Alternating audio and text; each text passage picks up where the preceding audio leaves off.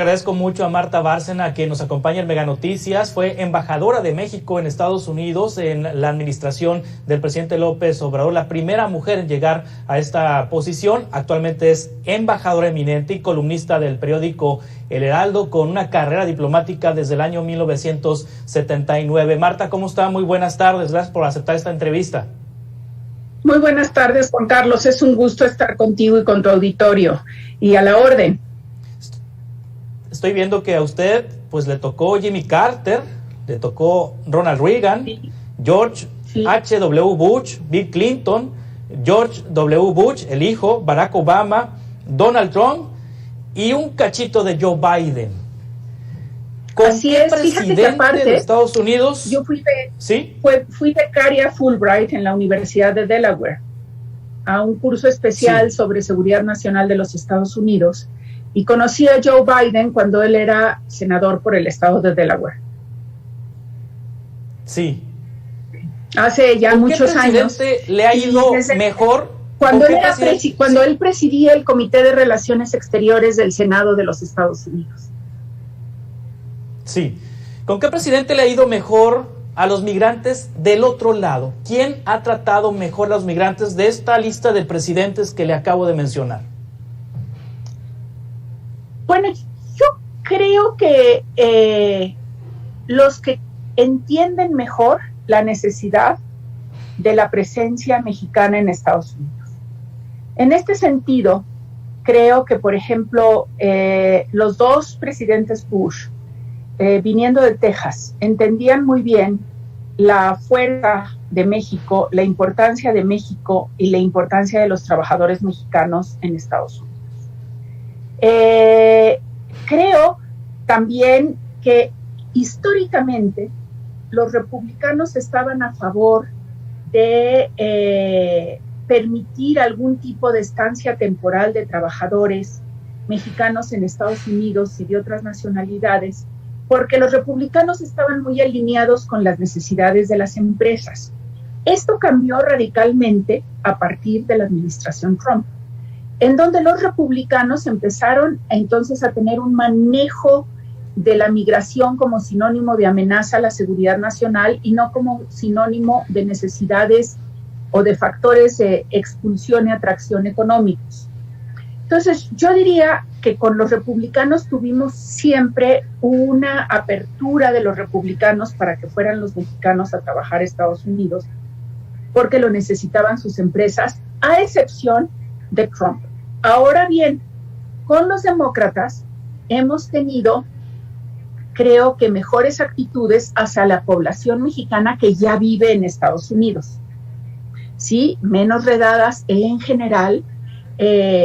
Los demócratas siempre han estado más alineados con las grandes organizaciones de la sociedad civil, defensoras de los derechos civiles, como es ACLU, American Civil Liberties Union.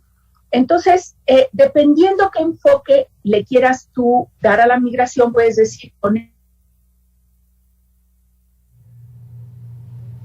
sí, Marta, la defensa de los derechos humanos de los que ya están en Estados Unidos, los republicanos históricamente, a excepción de Trump, para permitir el trabajo o alentar el trabajo de los mexicanos en Estados Unidos, aunque no siempre estuvieron a favor o ayudando para que ese trabajo se hiciera de forma documentada. Sí, con el retroceso que hubo en el trato del republicano Donald Trump hacia los migrantes, hacia la migración en los Estados Unidos, ¿hay políticas actualmente que se continúen en la administración de Joe Biden, que se hayan extendido en el tiempo en la administración de Joe Biden? Es decir, con lo que se atrasó en el trato con Donald Trump, ¿hay situaciones que se van a extender en el tiempo a partir de lo que las políticas públicas que dejó Donald Trump? Sí, hay dos temas específicos que siguen extendidos en el tiempo. Uno es la aplicación del llamado Título 42 de la Ley de Migración, por el cual, debido a la decisión del Centro para el Control de Enfermedades, los Estados Unidos se reservan el derecho de regresar inmediatamente, expulsar de su territorio inmediatamente, sin llevar a juicio migratorio a todo aquel que cruce la frontera. La aplicación del título 42 se hizo durante la administración Trump y sigue vigente. Y eso hace que los números de expulsados hayan crecido tanto y sean tan grandes, porque hay más o menos un cálculo que 30% de esos números son personas que intentan cruzar hasta 3, 4 y 5 veces. Esa es una política que se adoptó en la administración Trump y que sigue vigente a raíz de la pandemia del COVID. El segundo tema, que ahorita no sabemos cómo se va a aplicar, es la política de Quédate en México o los protocolos de protección al migrante. Eso se instrumentaron de manera unilateral por parte de Estados Unidos durante la administración Trump. La administración Biden dijo que ya no los iba a ejecutar porque estaban causando graves efectos humanitarios, y la Suprema Corte le dio la razón a un juez de Estados Unidos que ordenó que se pongan en práctica de nuevo. No sabemos ahorita cuáles van a ser las condiciones. Cuando yo estuve de embajador en Estados Unidos, lo que hicimos siempre fue, aceptando que fue una decisión unilateral de Estados Unidos, a la que, sin embargo, pues había que minimizar los efectos, siempre estuvimos viendo con ellos que no hicieran lo que quisieran. ¿Qué quiero decir con esto? Que no nos regresaran a todas las nacionalidades, sino que se restringieran, por ejemplo, a los centroamericanos o de habla hispana. Que no nos regresaran a la gente por todos los puertos de entrada, sino nada más por algunos puertos de entrada a ciertos horarios que nosotros, o sea, México, pudiera garantizar una cierta protección. Esto se fue descontrolando con el tiempo y pues hemos llegado a situaciones muy difíciles de manejar porque los americanos nunca cumplieron su promesa de expeditar los juicios de asilo. Y ahora tenemos esta decisión de la Suprema Corte que no sabemos cómo se va a ejecutar, porque como dirían en inglés los americanos, it takes two to tango. Se necesitan dos para bailar el tango. Y ellos pueden decir que van a aplicar el programa de Quédate en México, pero si México no lo acepta, ¿cómo lo van a hacer? Sí, esta política de polarización que llevó a cabo Donald Trump en el tema de los migrantes, estas fraseos racistas hacia los mexicanos, ¿qué tanto puede complicar en el presente ante la población estadounidense la reforma migratoria que está planteando Joe Biden? Es decir, ¿se complica, hay ambiente propicio en la población estadounidense para que haya una salida legal para las personas que están sin papeles en el vecino país y, bueno, ahí incluidos los mexicanos? Bueno, encuestas de diferentes centros, entre ellos el Pew, que es muy famoso en sus encuestas, el Instituto Cato, que es libertario, demuestran que hay un porcentaje de alrededor 50-60%, aún un poco más, de americanos que estarían dispuestos a favor de una reforma migratoria en el sentido de dar un camino legal para que los indocumentados obtengan su residencia y eventualmente su ciudadanía.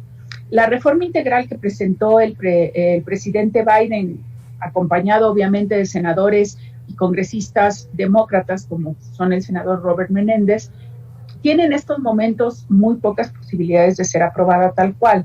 Sin embargo, lo que se está manejando en Estados Unidos es que se aprueben o se adopten una serie de medidas migratorias que faciliten este camino a la legalidad, a la residencia de un porcentaje importante de indocumentados, y que estas medidas se adoptarían a través de el proceso de aprobación del presupuesto, lo que ellos llaman el presupuesto reconciliado, mediante el cual los demócratas con su voto único, sin tener el voto de los republicanos en el Senado, podrían aprobar el presupuesto, y en el presupuesto estarían incluidas medidas que facilitarían esta legalización, no legalización, sino el abrir un camino a la residencia, un camino legal a los indocumentados, en tres áreas fundamentales. Uno, la protección a los soñadores o DACAs y a los centroamericanos y venezolanos que tienen lo que se llama en inglés TPS, Temporary Protection, ¿sí? Una protección temporal. Dos, la regularización o un camino a la regularización de los llamados trabajadores esenciales, que vimos que durante el COVID fueron fundamentales para mantener a flote la economía estadounidense, que son los trabajadores agrícolas, que son los trabajadores, por ejemplo, en hospitales, etcétera, Y tercero, se estaba viendo lo que llaman o lo que habían llamado una tarjeta azul, similar a la tarjeta verde, que fuera la manera de regularizar a los trabajadores agrícolas que ya se encuentran en territorio estadounidense y que encuentren ese camino a la residencia.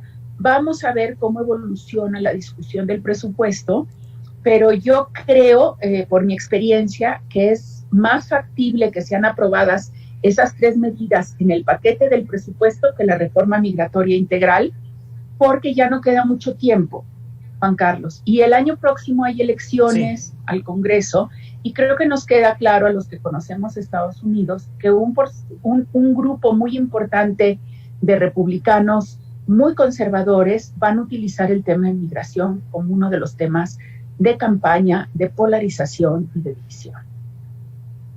Sí, Marta Bárcena, me queda poco tiempo, pero no me quiero quedar con las ganas de preguntarle cómo le hizo para aguantar a Donald Trump este tiempo. No, mire, pues uno que es diplomático entrenado, uno tiene que tener siempre un enorme respeto por el jefe de Estado del país en donde está acreditado. Y segundo, yo siempre debo de decir que la burocracia estadounidense, en buen sentido, los servidores públicos son muy profesionales. Y tuve yo interlocutores realmente de excepción en el Departamento de Estado, en el Departamento de Seguridad Interior, en la Casa Blanca, y lo dije en Estados Unidos y lo repito, Jared Kushner fue siempre un amigo de México. Y en momentos difíciles nos ayudó, como nos ayudaron el secretario de Agricultura, Sonny Perdue, enormemente la subsecretaria de Estado, Kim Breyer, el subsecretario de Estado, Michael Kozak. Y uno sabe que, pues, si tiene una visión de Estado, y que los intereses de México y Estados Unidos son tan fuertes, la relación tan compleja y tan importante, que tiene que superar a veces las divergencias personales para ver a futuro y para actuar en función del interés nacional. Le agradezco mucho, Marta Bárcena, que nos haya aceptado esta conversación. Estamos en contacto para seguir platicando sobre estos temas. Le mando un saludo. Muchas gracias, Juan Carlos, a ti y a todo tu auditorio. Gracias. Es la ex embajadora de México en los Estados Unidos. Le tocó lidiar a Donald Trump en el primer tramo de gobierno del presidente López Obrador. Continuamos.